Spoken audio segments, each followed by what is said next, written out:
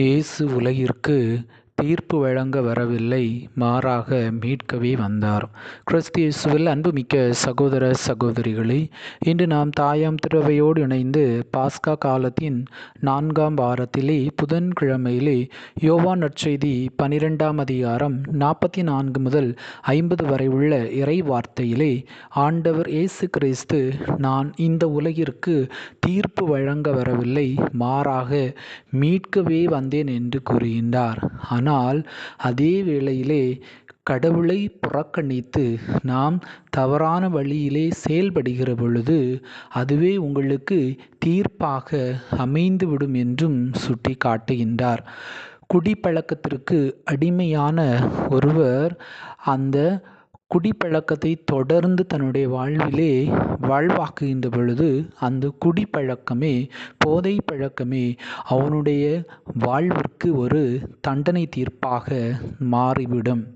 அதை போலவே ஒரு ஆண் திருமணமான தன்னுடைய மனைவியை விட்டுவிட்டு இன்னொருவருடன் தவறாக நடக்கின்ற பொழுது, அதே போலவே ஒரு பெண் திருமணமான தன்னுடைய கணவரை விட்டுவிட்டு வேறொருவருடன் தவறாக நடக்கின்ற பொழுது அந்த உறவு நாளடைவில் அவர்களுடைய வாழ்வையை அழித்து அதுவே அவர்களுக்கு தீர்ப்பாக மாறிவிடும். அதே போலவே அலைபேசியிலே நல்லவற்றை பயன்படுத்தாமல் கெட்ட படங்களையும் கெட்ட வீடியோக்களையும் பார்க்கின்ற பொழுது அதுவே அவர்களுடைய உடலை பாதித்து இறுதியிலே அதுவே அவர்களுடைய வாழ்வினுடைய அழிவிற்கு தீர்ப்பை கொடுக்கக்கூடியதாக மாறிவிடும். அதே போலவே பொய் சொல்லக்கூடாது என்று ஆண்டவரே சொல்கின்றார். ஆனால் பொய் சொல்கின்ற பொழுது அந்த பொய்யே அவர்களுடைய வாழ்வை அழிக்கக்கூடியதாக மாறிவிடும்.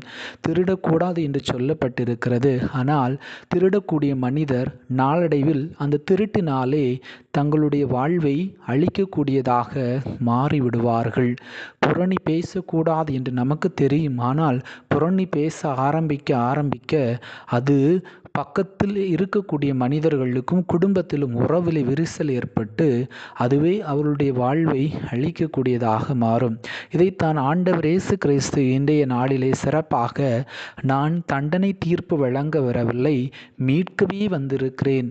நான் சொன்ன இறை வார்த்தை நீங்கள் அன்றாடம் உங்களுடைய வாழ்க்கையிலே கேட்காமல் கடைபிடிக்காமல் இருக்கின்ற பொழுது அந்த வார்த்தையே உங்களுடைய வாழ்விற்கு தண்டனை தீர்ப்பு கொடுக்கும் என்று சொல்கின்ற பொழுது, கடவுளுடைய வார்த்தையை கடைபிடிக்காமல் தவறான பாதையிலே, தீய சிந்தனைகளிலே, தீய செயல்பாடுகளிலே நம்முடைய வாழ்வை அமைக்கின்ற பொழுது அதுவே நமக்கு தண்டனை தீர்ப்பாக மாறும். எனவே இந்த நாளிலே ஆண்டவர் இயேசு நம்முடைய பாதையை நாம் சரிவர அமைக்கின்ற பொழுது அதுவே நமக்கு மீட்பாகவும் மாறும் என்பதை இயேசு தெளிவாக நமக்கு இன்றைய நற்செய்தியின் வழியாக எடுத்துரைக்கின்றார். எனவே நாம் நம்முடைய பாதையை நல்ல முறையிலே அமைத்து கொள்வோம்.